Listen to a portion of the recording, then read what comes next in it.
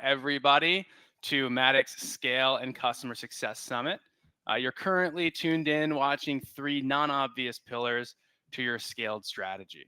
I'm super excited today to introduce our speaker. And as I introduce him, I'll also have him answer a quick icebreaker question. So I'm here with Jeff Bronsbach. He's the head of marketing at Hampton, a private, highly vetted community for founders and CEOs.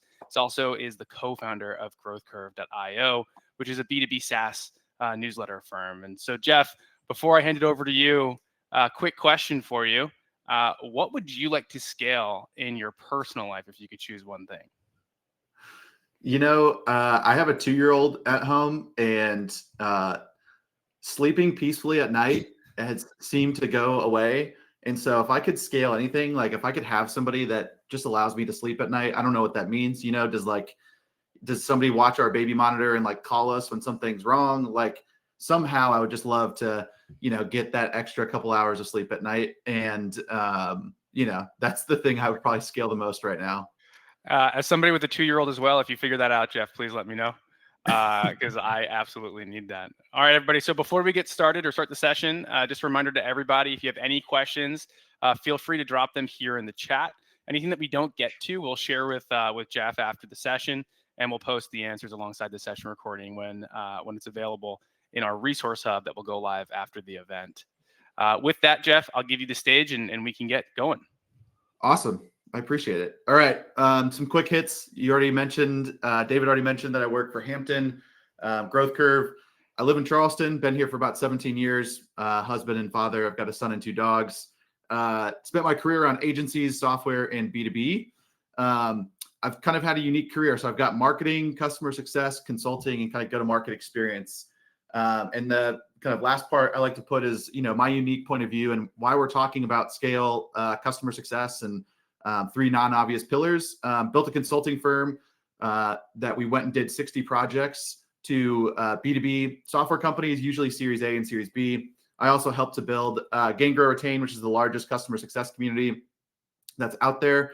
And so I feel like I bring a little different angle and unique perspective, just being able to see some of the things that I have. So with that, I wanted to jump into some of the content. So why do we all care about scale? And I thought this image was something that, really resonated with me when I first saw it. So the idea of growth is that you essentially are investing your resources and revenue almost equally, right? You're trying to kind of get that growth. That's what many companies have been going through the last number of years.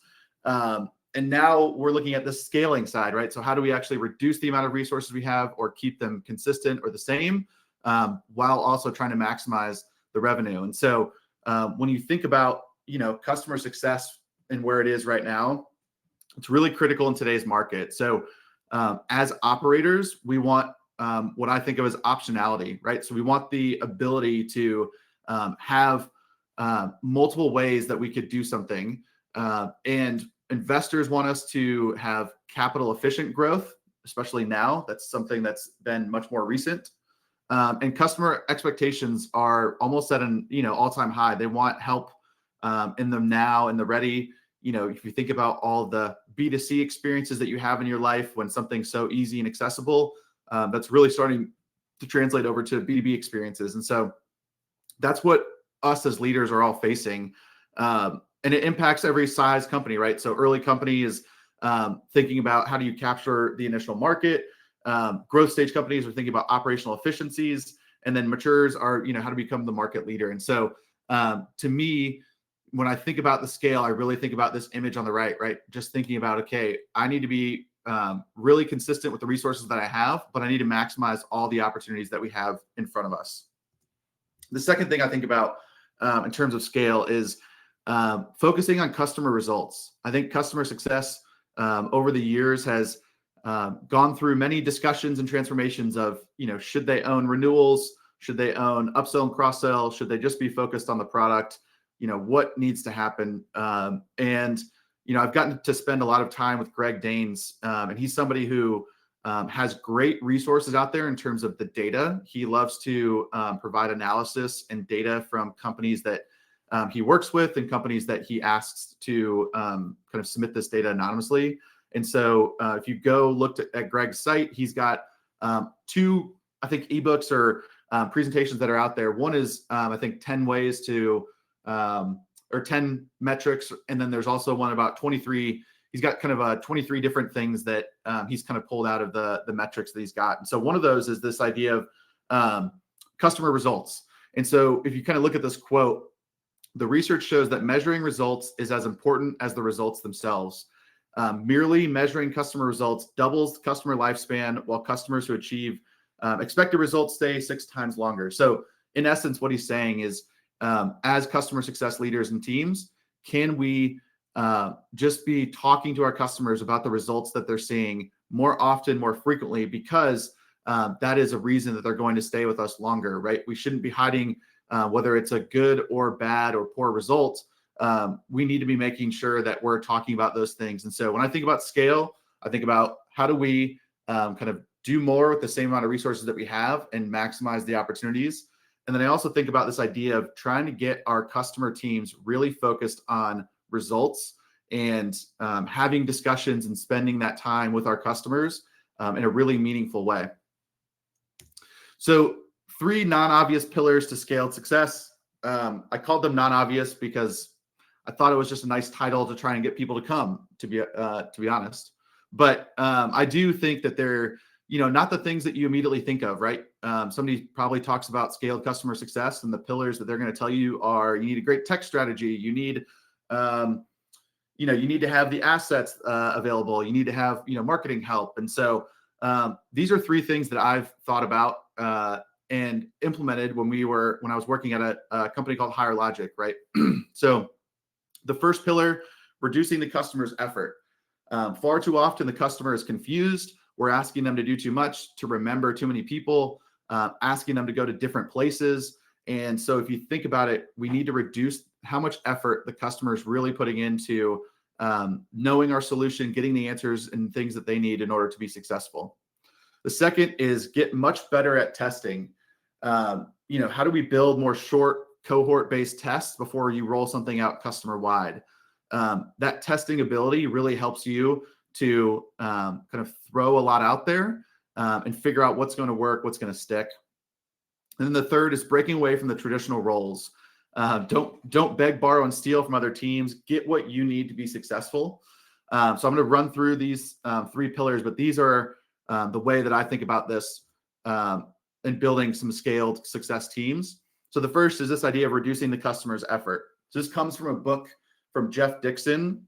We got to interview him last year and spent some time with him. And again, similar to Greg Danes, who I mentioned earlier, Jeff has incredible data that they've been able to capture over the years. And part of that book that he wrote around the effortless experience was this whole idea that they found customers will stay longer if you're able to reduce the amount of effort that they have to put in. And so these are kind of 4 principles that he writes about in the book.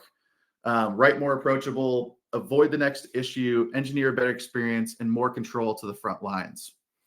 So pretty quick, write more approachable. When you think about any sort of documentation, anything that's going to a customer, blog articles, anything, right? How do we make that more approachable in their language? Things that they can really consume and feel like it's a part of them. That's kind of the first one. The second one is avoiding the next issue. If somebody's having an issue, how do we avoid it from getting worse is really the idea. If somebody's got a support ticket that they've put in, how do we make sure that that support ticket gets answered within an SLA that's acceptable, that is, on time, that we're doing the things to move that down the path? I'm sure everybody here can be thinking, hey, there's so many cases where a customer gets mad because we take too long, we don't respond, we don't communicate, right? So avoid the next issue. How do we train our teams and get our teams really adapted to being communicative and trying to move things down the field? Engineering a better experience. I think a lot of this he talks about as from the product lens. We need to be engineering a better experience within the product itself and from the product. But I also think about this as a customer leader. And so this is an example from Pendo. We got to know Erica Aykroyd from Pendo pretty well, and some things that she's been doing for her scaled success team. And so this is very simple, most basic use case I could give you. But How beautiful is it that they've got events and discussion forums and knowledge base, Slack community, advocates, academy, all in one place, easy to access, all kind of integrated into this experience, right? So this is just one example of, hey, this is going to take us time to probably cobble these together, these systems together, think about integrations and whatnot. But the major benefit here is now a customer goes to only one place. They can get access to what they need when they need it. They don't have to remember what website is it, what URL is it. The community is a different URL than the knowledge base than is the support. So just be thinking about how you can reduce the effort by engineering a better experience. And then more control to the front lines. I think a lot of times as leaders in customer success teams, we want to be kind of controlling everything that's happening with a customer, right? We want it to go perfect. And we know that's not going to be true. And so the more that we can kind of build guardrails, we can build plans, we can put together information that our teams can then go activate upon in their own ways, is definitely going to be something for us to pursue. And so one example I can give you about more control to the front lines. When the pandemic was going on and we were at Higher Logic, we noticed that we were fielding a lot of questions to our customer success leader and to our chief customer officer about renewals, right? Hey, can we do this for a renewal? Can we do that for renewal? And so, building a simple rubric that said, here's the things that we're willing to accept in renewal. These are the levers that you have available to you. These are perfectly acceptable for you to use on a day-to-day basis. Here's kind of, and then at the bottom was kind of the, hey, here's the kind of pull the ripcord if you need our help. Here are the situations that you should bring to us that we can talk through. And it just alleviated and gave them more control and ownership at the front lines in terms of our CSM team, and also alleviated us from having to be involved in every little decision. Small example, but just something to be thinking about. All right, let's reduce the customer's effort. Pillar number 1. Pillar number 2, get much better at testing. I think far too often segmentation is looked at as a one and done exercise. And I think that's, largely true from like a primary segmentation. Segmentation should be something is company wide. So the way that we talk about segments in our sales and go-to-market strategy, we should be talking about that same way in customer success, and we should be using the same terminology and the language. So I agree about that common vernacular across that primary segmentation. But I think there is this ability for you to build secondary segmentations or cohorts that you can go after that are small, nimble, give you the ability to test much more. One thing that we started to develop was a sprint cadence. So how can we sprint for 2 weeks? Kind of a modified version of the way that development teams run in terms of agile. And so can we have some sprints? Can we work on projects that we're going to be putting out to specific customers or segments? And then can we measure those results? And the whole idea behind the sprint style cadence was mainly just to give us the kind of 2 week buffers, right? The 2 weeks that we can say, hey, here's what happened in these 2 weeks. Here's what happened in those 2 weeks. And then can we measure it? Can we see what's happening? Can we put cohorts into these things over time so that we're not just rolling it out customer wide? I think sometimes that happens. We, think of a program, we think of something that we want to do with customers, and the general instinct is let's just roll it out to everybody. Let's, blast them with emails. I think this methodical approach can really help. The last part there is just getting rid of 80% that didn't work. Thinking about your customer journey right now, there are probably 2 to 3 things that you already know of inside of that customer journey that you don't think are necessarily doing anything, that you probably have good reason to probably just stop doing.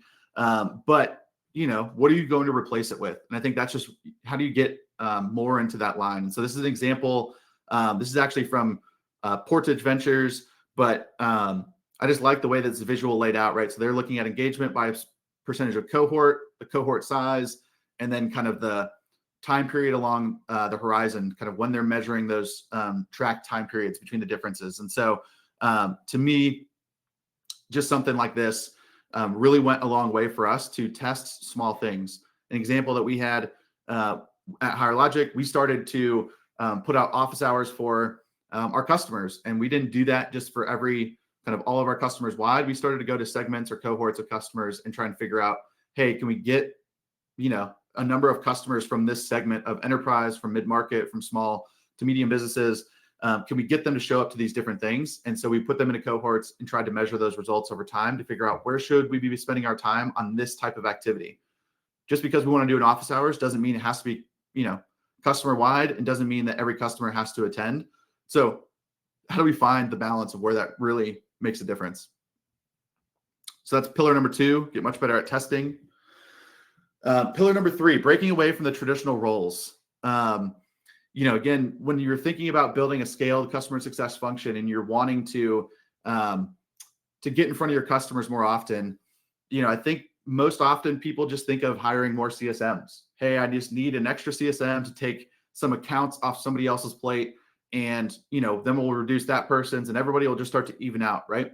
The problem is that you're growing in the number of accounts and you're never going to be able to keep up with the amount of CSMs that you can hire. So I'm probably already telling everybody what they already know, but I'm just reinforcing that. How can you start to build the CS ops side of this kind of house or function? I think of that as like a scaled success version as well. So when I think of some of the roles that you're starting to see become more common, that data and analytics, how can we get a handle on making sure that we've got data and analytics in the right places, for our customer success managers and customer teams to activate on, and B, so that we can report internally to the right measures and right metrics and things. Tech strategist. I think this is a highly slept on role. You might have an ops team at your business that should be handling, tech integrations and things like that. But largely having somebody on your team who knows integrations between your CS platform and your support platform and your ticketing and knowledge base, all these different things, right? Having somebody that understands how those things are working together, marketing tools and automation that we're sending out to emails to customers is really, really important as you start to want to scale those things. Customer marketing, community manager, to me, are the next version, next wave that you're starting to see people hire for. Customer marketing, so that you can develop content that goes to customers, that you can really put kind of branded materials in front of your customers more frequently, and something that's polished and is done in the right ways. That community manager, more and more you're starting to see how companies are trying to bring customers together in communal ways. So that might be an online community, that might be a digital event, that might be throwing happy hours in different cities across the country, but having somebody there who can act in that way and think about these ways to be communal with customers together, trying to get more customers together more often, is usually going to be a good thing for you. They're going to be naturally talking about you. You're going to get credit for whatever it is that they're talking about. And usually it's ended up being a good thing. The last one there is a scaled program manager. So, somebody to really tie everything together of what events are we throwing when, how do we really put this into a program that's repeatable? We know what's coming up, think about this person as really a big project management aspect of how we're trying to roll out some of these scaled programs. The other thing just to mention here, I've actually run customer marketing teams from the marketing side, and I've run it from the customer success side. And, as much as we like to say dotted lines and this person's helping over here and this person's helping over there, it never is never truly the same. So just don't beg, borrow, and steal from other departments. I think it always runs dry. I think there's always going to be a pressing need that is not the thing that you're trying to do. And so to me, just a critical part is just, what do you need to be successful? How can you outline that to your teams? And really be thinking of the right side of this slide as part of the equation, right? We don't need necessarily continued more headcount on the left-hand side. CSMs, you're starting to break that down into implementation managers and support, renewals, potentially paid services. And I think those roles are pretty well defined in today's age, right? I think those are pretty standard. Everyone is starting to understand the specialty and why they're there and how they should operate within the business. I think it's the right side of this chart that people really need to start developing and thinking about in order to kind of break away from the traditional roles. Another way to think about this too is that the more that you build on the right side of this, there is infrastructure for your teams to scale, right? That means that you can get your CSMs focused on the right accounts at the right times, because we've got the data and analytics to tell us, we have the tech working so that they can get the right alerts or the right messages. And so to me, again, thinking about this right side of the slide here is kind of the sweet spot for you. in terms of trying to actually find scale moments. All right, slide 9. I think David's going to throw up a poll for us. There's a poll in there in the poll section, top right of your screen, I believe. But these are just the non-obvious pillars to me. So reduce the customer's effort. How do we make sure that they're not confused, that we're not sending them multiple places, that we're not trying to talk in a language that they don't understand? How do we get much better at testing? Trying to build small cohort style customers that we can go after and really try and get multiple tests running so that before we have to roll out something company-wide, customer-wide. Breaking away from traditional roles. Don't beg, borrow, and steal. Try and think about what do you actually need to be successful. And in some cases, you might have somebody already on your team that could fill one of the roles that we were just talking about. So, for instance, I've had a CSM who wanted to play a role, that was more of a content creator and somebody that felt a little bit more like customer marketing. And so they were able to transition into that pretty easily. They knew the customers, they knew the product, and they started to develop content that we then could all use across all of our customers in various ways. And so, to me, just the 3 things that I think about when scaling teams that aren't as obvious as some of the things that you're probably already getting talked about today. So most of you, let's see, filled this out. So you got 43% said reduce the customer's effort as being a pillar that you're going to focus on. Another 43% said get much better at testing. 13% said breaking away from the traditional roles. So pretty clear that maybe the first and second are where you all might be focused in terms of trying to find some scale opportunities. And with that, the last thing I just wanted to mention, I talked about this earlier, but I think of scaling customer success, that means maximizing the impact when we meet with a customer. So think about the customer's time as being very expensive and finite. You have a CSM resource. What are the activities that we really want them doing, and boil that down into 1 or 2 things that we can do that are very high quality, right? I make a joke in some LinkedIn posts about how QBRs have gone downhill. Customers don't want to sit on them. We basically talk to somebody about results that have already happened. But if you reimagine that, right, and you said, hey, we sent you the deck ahead of time. We're not here to talk about the results of what happened. We're here to talk about the direction of the future and the next steps that we need to take together in this partnership. Changes the dynamic of that meeting. That's a really valuable way to spend time with the customer.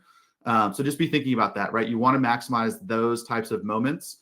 And in order to do that, you've got to find ways to get your team in those positions to be successful. So I think with that, if there is any Q&A, happy to take any. David might even come back on video.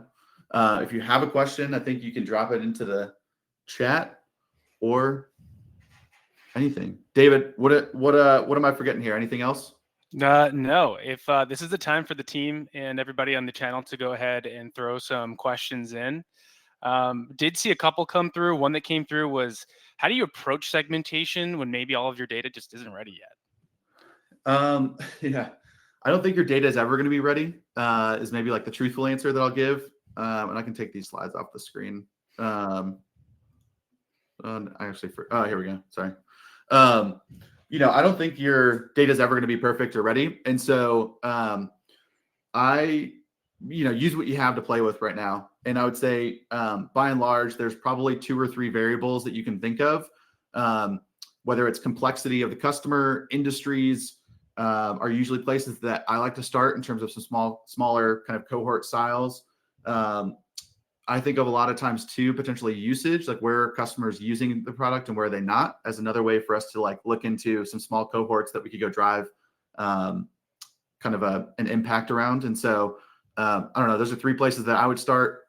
I built our entire segmentation strategy in like an Excel sheet and, used what I had available. And so it's like, you just kind of got to start where you can.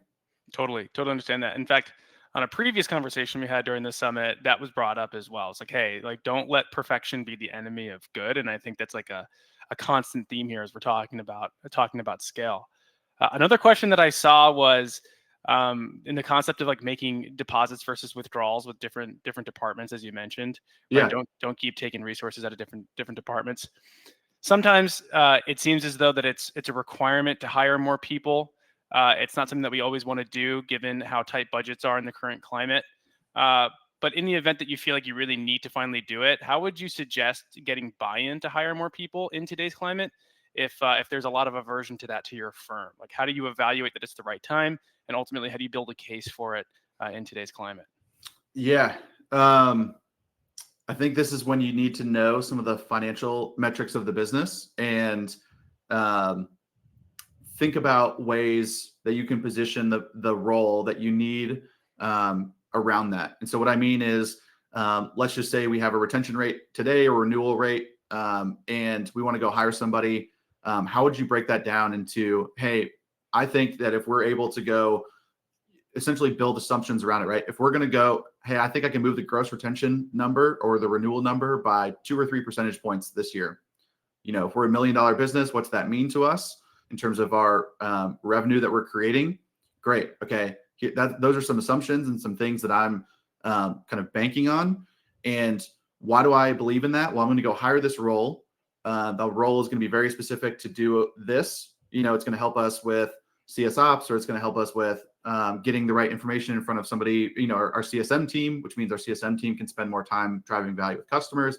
But I think you just need to really go understand the financials and the metrics of the business. Cool. Thumbs up. And really the best place to start is I've gone to kind of the director level, maybe, of your finance team and said, hey, I'm either learning, I need to learn a little bit more about the financials of the business. I'm trying to make a case. And usually they're pretty great at helping you say, cool, let's talk it out. Let's put it down into like a spreadsheet and let's do this. But really all finance is looking for, and then your leadership team is looking for, is like, hey, we think if we make this bet, here's some assumptions that are going to happen. And can we all agree on those assumptions? And if the answer is yes, then you can hire the person, right? But I think you just need to have some of the financial backing and some of the levers that you're doing with your finance team, and that's where a bunch of the debate is going to come from. And then be prepared for the question to come back to you as, is there anyone on your current team that could be repurposed into that role, right? Like that's another. And so be prepared for that answer as well. So I don't know if I directly answered it, but I do think like going to work with your finance team, learn the financials, kind of build that story, and then 2 is making sure that you have a response when somebody says, well, what about somebody who's already on your team? Is that a role that you got?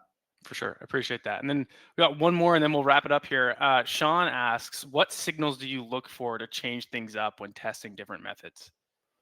Omaha. Yeah, Omaha, Done. Omaha, like Peyton Manning, baby. Yeah. I like that. I also used to live in Omaha, Nebraska. So I was like, maybe I know Sean from Omaha, but I think you hit the nail on the head. So when I build tests, I look for, I set out 2 things. There's a goal or metric that I'm looking to improve. That is usually going to be a lagging indicator. Right now, at Hampton, right, I'm trying to move, our closed won business, and that's a lagging metric, right? Like that's something that's happening over time. And so what are the leading metrics for me to figure that out? I need to drive pipeline and interviews. And so I've got kind of leading metrics. And so, when I'm testing, I kind of have those things laid out, and I'm trying to look and go through those tests and say, okay, have we given it enough time? Are the leading metrics telling us it's in a positive direction? If so, okay, let's keep it going.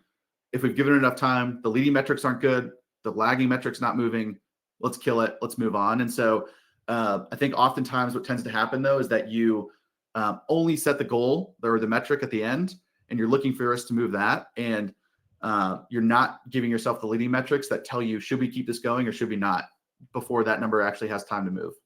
Yeah, it makes tons of sense, and appreciate the feedback there.